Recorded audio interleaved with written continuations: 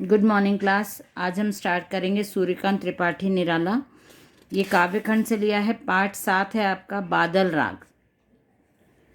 आरोह से हमने लिया है बादल राग। हमारा काव्यखंड में हो गया है हरिवंश राय बच्चन का आत्मपरिचय, एक गीत, आलोक धनवा का पतंग, कुंवर नारायण का कविता के बहाने बात सीधी थी पर, रघुवीर सहाय का कैमरे में बंद अपाहिज, गजानन माधव मुक्तिबोध का सहर्ष स्वीकारा, और पिछली क्लास में हमने उषा किया था शमशेर बहादुर सिंह का। आज हम कर रहे हैं सूर्यकांत त्रिपाठी निराला का बादल राग। ठीक है, तो सबसे पहले हम कवि परिचय कर लेते हैं बादल राग का। सूर्यकांत त्रिपाठी निराला आपने पहले भी पढ़ा होगा इनको। जन्म इनका 1899 महिषादल बंगाल के मेदिनीपुर जिले में है गांव। पारिवारिक गांव है गढ़ाकोला, उन्नाव, उत्तर प्रदेश में। इनकी प्रमुख निधन है इनका 1961 में, 1961 में इलाहाबाद में इनका निधन बताया है। प्रमुख रचनाएं बहुत सारी हैं। अनामिका, परिमल, गीतिका, बेला, नए पत्ते, अणिमा, तुलसीदास, कुकुरमुत्ता, चतुरी चमार, बकरीहा, चोटी की पकड़, काले कारनामे, बहुत सारा है इनके और इनकी रचनाएं। और ये बहुत इम्पॉर्टेंट कवि हैं सूर्यकांत त्रिपाठी निराला, तो आपको इनको याद करना ही है, मतलब अच्छे से इनका जीवन परिचय वगैरह आपको पढ़ना है। उसके बाद जैसा 2 पंक्तियां हम पढ़ते हैं हर कवि के रचना में या लेखक की रचना में। नवगति नवलय ताल छंद नव, नवल कंठ नव जलद मंद रव, नव नभ के नव विहग वृंद को, नव पर नव स्वर दे।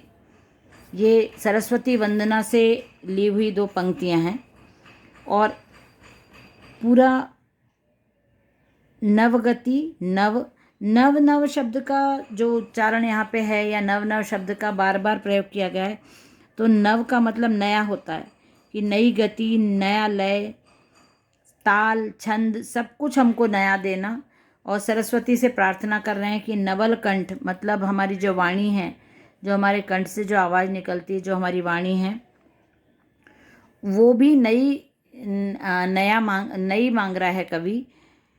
नव जलद मंद रव, मतलब हवा जो बहती है वो मंद गति से, और नव जलद मतलब नया, जलद मतलब जो बादल होते हैं उसके लिए कहा गया। नव नभ के नव विहग वृंद को, नए नभ के, नभ मतलब आकाश, विहग मतलब पक्षी, वृंद जो नए आकाश के रूप में नया जो वो है वातावरण है, या नया जो प्रकृति है, मतलब जो जंगल है नया, उसमें पक्षियों का कलरव भी नया होना चाहिए, उनको भी नया स्वर दो। सबके सरस्वती से प्रार्थना कर रहे हैं कि सबको नया स्वर दो जिससे नए युग का निर्माण हो सके।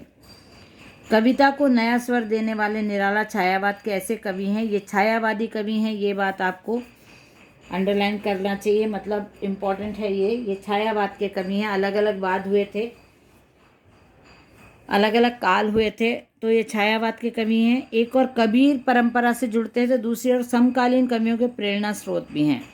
उनका यह विस्तृत काव्य संसार अपने भीतर संघर्ष और जीवन क्रांति और निर्माण, ओज और माधुर्य, आशा और निराशा के द्वंद्व को कुछ इस तरह समेटे हुए है कि बस किसी सीमा में बंध नहीं सकता।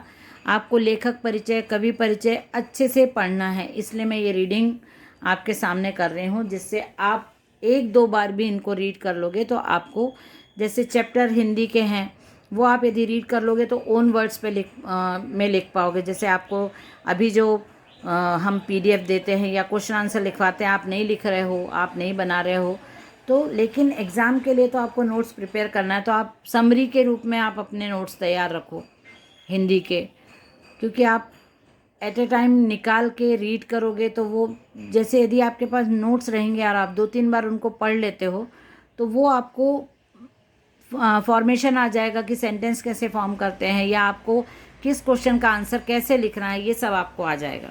तो आप उस हिसाब से तैयारी रखिए अपना।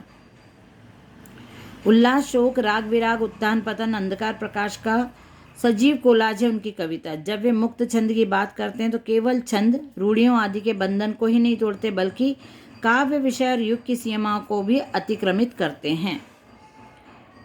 तुलसी, जैसे उनका बताया यहाँ पे कि भाषा की दृष्टि से निराला की कविता के कई रंग हैं। तत्सम सामसिक पदावली और धन्यात्मक बिंबों से युक्त राम की शक्ति पूजा और कठिन छंद साधना का प्रतिमान तुलसीदास है। तो दूसरी तरफ देशी टटके शब्दों का सोंदापन लिए कुकुरमुत्ता रानी, जो उनकी रचनाएं हैं, ये जो नाम लिखे हैं उसमें उन्होंने हर प्रकार की रचना की है। ऐसा यहाँ पे बताया गया है कि ऐसा जरूर नहीं कि वो एक ही प्रकार की कविता रचते हैं, वो नयापन भी रहता है उनकी कविताओं में और देशी रूप भी रहता है। तुलसीदास और कबीर के को मान के भी उन्होंने कविताएं लिखी हैं, उनके अनुसार भी कविताएं लिखी हैं और नए जो समाज है, नए समाज को ध्यान में रखते हुए उनकी रचनाएं हैं। यहाँ पे है बादल राग जो कविता है उसके बारे में दिया है। अनामिका में 6 खंडों में प्रकाशित है। यहाँ उसका 6ठा खंड लिया गया है। जो हम बादल राग पढ़ने वाले हैं वो अनामिका काव्य रचना से लिया हुआ 6वां भाग है। लघु मानव आम आदमी के दुख से त्रस्त कवि यहाँ बादल का आह्वान क्रांति के रूप में कर रहा है। मतलब बादल को बुला रहा है, मतलब नवीन क्रांति, मतलब बदलाव चाहता है लेखक, कवि बदलाव चाहता है कि यदि कुछ क्रांति बादल को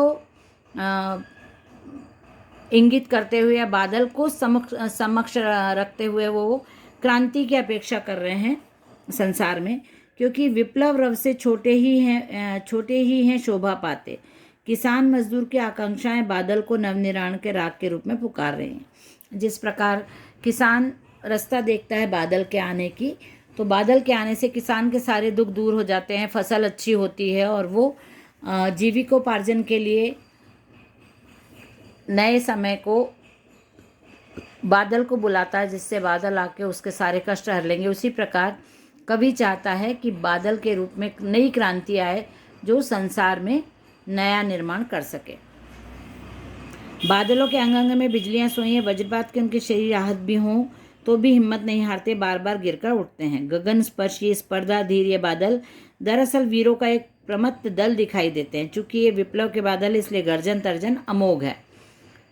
विप्लव मतलब बदलाव के बादल हैं। और जिस प्रकार बादल इकट्ठे होकर बरसते हैं तो बहुत ज़्यादा तेज बारिश होती है, और अकेले रहते हैं छोटे छोटे बरसते तो उनसे कुछ ज़्यादा परिवर्तन नहीं होता है। तो इसलिए लेखक ने बोला है कि क्रांति के बादल भी एक साथ यदि एक रूप में आएंगे, इकट्ठा होकर एक समूह में यदि आते हैं तो वो ज़रूर कुछ ना कुछ परिवर्तन हमारे समाज में, देश में कर पाएंगे। गर्मी से तपी झुलसी धरती पर क्रांति के संदेश की तरह बादल आए हैं। ये जो हम पढ़ते हैं इस कविता में क्या है, यही सारांश रहता है हमारी कविता का। तो यदि आप कविता नहीं समझ पाते हैं तो आप सारांश को जरूर पढ़िए। यहाँ पे संक्षिप्त में कविता में क्या है वो दिया रहता है, तो उसको आप पढ़ के कविता समझ सकते हो। यहाँ पे उन्होंने बताया कि अकाल की चिंता से व्याकुल किसान हाड़ मात्र ही रह गए। मतलब किसान बादल के नहीं बरसने से, बारिश नहीं होने से फसल को लेके बहुत चिंतित रह गए। तो वो अपनी चिंता से बहुत हाड़ मास मतलब बहुत कमज़ोर हो गए। उनकी जो काया है वो बहुत कमज़ोर हो जाती है और वो हमेशा चिंतित रहते हैं। जीर्ण शरीर त्रस्त नयन मुख, मतलब उनका जो शरीर है वो बहुत भी जीर्ण शीर्ण हो गया है, दुबला पतला हो गया है और देखने में भी उनका अच्छा वो नहीं दिखाई देता उनका।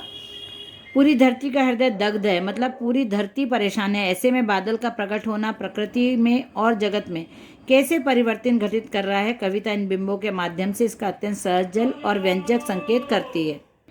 यहाँ पे कवि ये भी बताना चाह रहे हैं कि यदि संसार में परिवर्तन होता है या जो कवि, जैसे कवि का कहना है, धरती के भीतर सोए अंकुर नवजीवन की आशा में सिर ऊंचा करके बादल की उपस्थिति दर्ज कर रहे हैं। मतलब जो जमीन के अंदर जो बीज बोए हैं ना, वो भी रास्ता देख रहे हैं, वो भी ऊंचा सिर कर रहे हैं, छोटे छोटे बाहर आए हैं। ऐसा लगता है जैसे वो बादल की रास्ता देख रहे हैं, बादल को देख रहे हैं आशा से कि जब बादल बरसेंगे तो हम पूर्ण रूप से प्लावित हो पाएंगे, पूर्ण रूप से बढ़ पाएंगे। मतलब क्या बोलते हैं, निर्माण हो पाएगा हमारा अच्छे से। क्रांति जो हरियाली लाएगी उसके सबसे उत्फुल्ल धारक नए पौधे छोटे बच्चे ही होंगे। मतलब जो हरियाली आ जाएगी यदि क्रांति बादल के रूप में जब क्रांति उपस्थित होगी तो जो नए बच्चे बाहर आएंगे, जो प्लावित होंगे, छोटी छोटी जो फसलें उगेंगी, पौधे उगेंगे, वही क्रांति का परिणाम है। तो उसी प्रकार यदि हम कोशिश करेंगे तो हमारे समाज में भी क्रांति आ सकती है, और वो क्रांति चाहे छोटे रूप में ही हम शुरुआत करें, लेकिन उसका परिणाम बहुत अच्छा होगा। तो ये मैंने अभी यहाँ पे आपको समझाया है। हम नेक्स्ट क्लास में कविता पढ़ेंगे और फिर उसको समझेंगे। ठीक है, चलिए, बाय एवरीवन।